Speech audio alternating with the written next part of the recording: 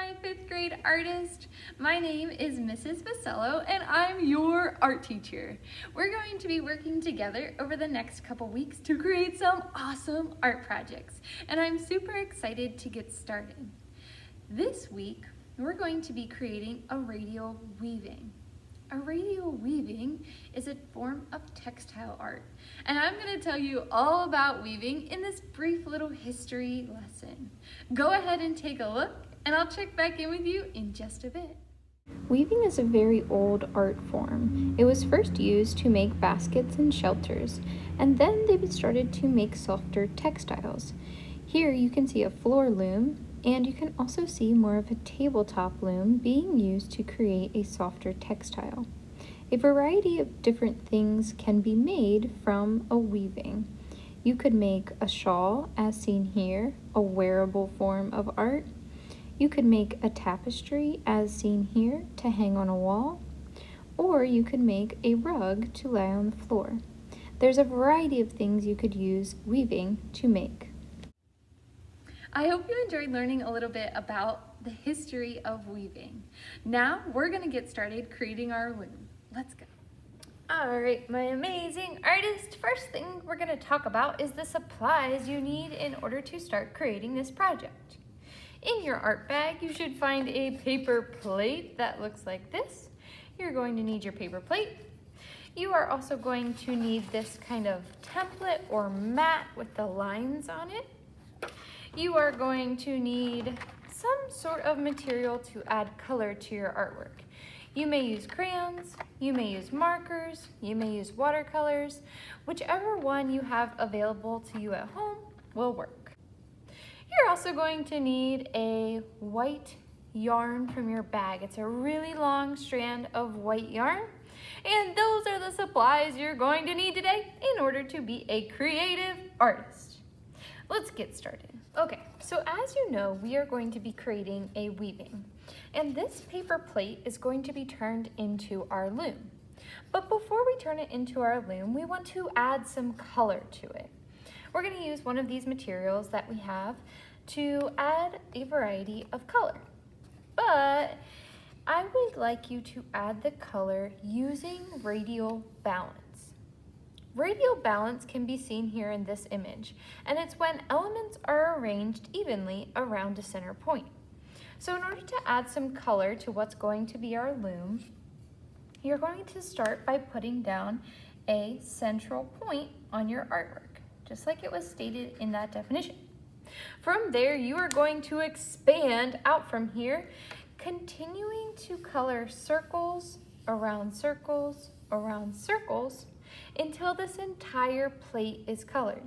You even want to color up on the lip of the paper plate all the way to the paper plate's edge, because we want our whole loom to be colorful, because some of this will be seen in the final project.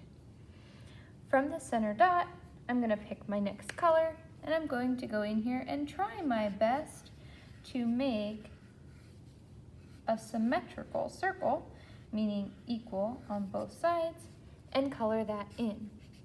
After I have this one all colored in, I do another circle around the outside of this.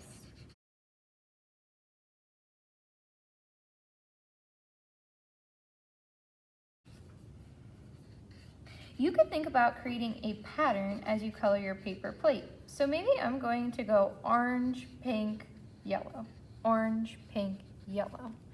So after I've done orange, pink, I'm going to go to yellow, carefully kind of drawing out a circle as best I can, using a sketch line, trying to make it symmetrical. After the yellow, I'll go to orange,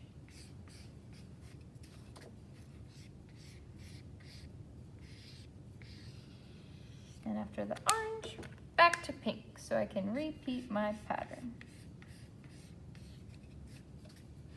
Now that I have this kind of outlined, I'm going to go color it in, and I'll check back in with you in just a few moments.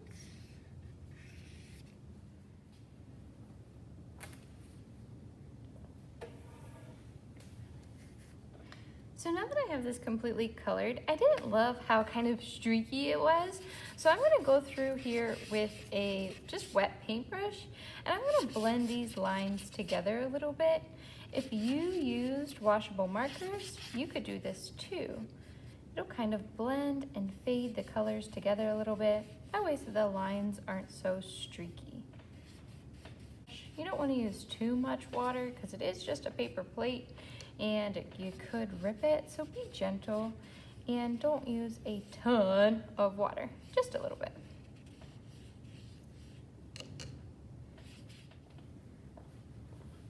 Okay, the next thing we're going to do is we're going to add some notches that our warp will go on when we turn this into a loom.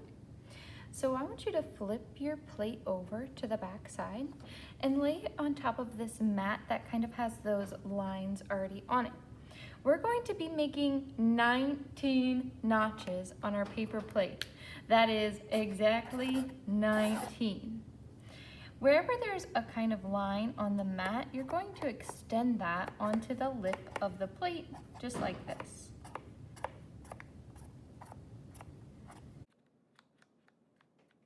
When you're done, you might want to count and make sure you have 19. So I'm going to put a little dot here where I start counting.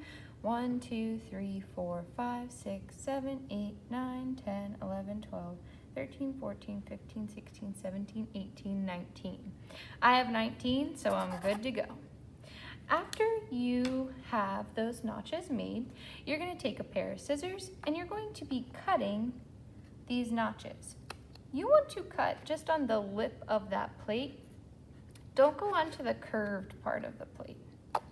And just make a snip in each of those lines. Again, you'll end up with 19 notches.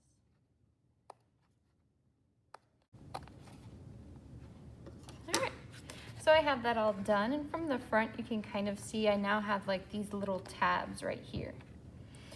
I am going to switch plates and show you how to create a warp on your loom with a long white string. Okay, with this white string, what you're going to do is you're going to find that end and you're going to take that end and stick it in a notch. When you stick it in a notch, you want to have a very short tail like this. The tail's touching the back of the paper plate, and you can tape that down with a piece of tape if you would like, just so it doesn't slide around. Then you're going to take this string and kind of lay it across your paper plate. From here, you're going to count your notches to the right of your first notch that has your string in it. So this notch has my string in it, and I'm going to start here and go 1, 2, 3, 4, 5, 6, 7, 8, 9, 10. You want to count to your 10th notch and then stick that piece of yarn in that notch, the 10th notch away from your first one. After that, you're going to begin repeating a pattern in order to warp your loom. We're creating the warp threads by adding this string to our loom. The first step is go to the neighbor's house, which means coming across the back of one of these little tabs and then coming up into that notch. So I went around the back side and come up into the notch. Go to the neighbor's house. Then you're crossing the street to make an X. So you're going in the very next notch beside the one that you started with. All right, across the street, making an X, and then spin your plate. That's the pattern. It goes, go to the neighbor's house, cross the street to make an X, spin your plate. Go to the neighbor's house, cross the street to make an X, spin your plate. Go to the neighbor's house, which means going in that notch right beside, crossing the street to make an X, meaning going in that notch right next to the one you previously did, and then spin your plate. Once you have done this a bunch of times, you will get to the very end of your string, and when you do, you might be a little bit confused because I'm coming to the end of my string here. I cross the street to make an X. Then I go to the neighbor's house, and now I am left with this tail here. This tail end should look just like this, headed towards the center, ready for next time. Next time, we will be building up the weft threads. We just did the warp threads of our weaving and kind of created the base for our weaving. Next time, we'll be building up the weft threads. Please know that if you have a tail that has ended up like this, it is perfect. I will show you what to do with this next time in the next video. I hope you have fun creating your loom and warping it with your warp thread, and I can't wait to start weaving on it with you next time. Have fun creating! I can't wait to see the loom that you have created when you post a picture of it on Google Classroom. Next week, we are going to be using that loom with the weft threads on that we've added to create a radial weaving, meaning we're going to be using that yarn that's in your bag to build up the weft threads. It'll start to build a textile by the method we use to add in that yarn. I hope you enjoyed creating this week, and I can't wait to create with you next week. Have fun creating!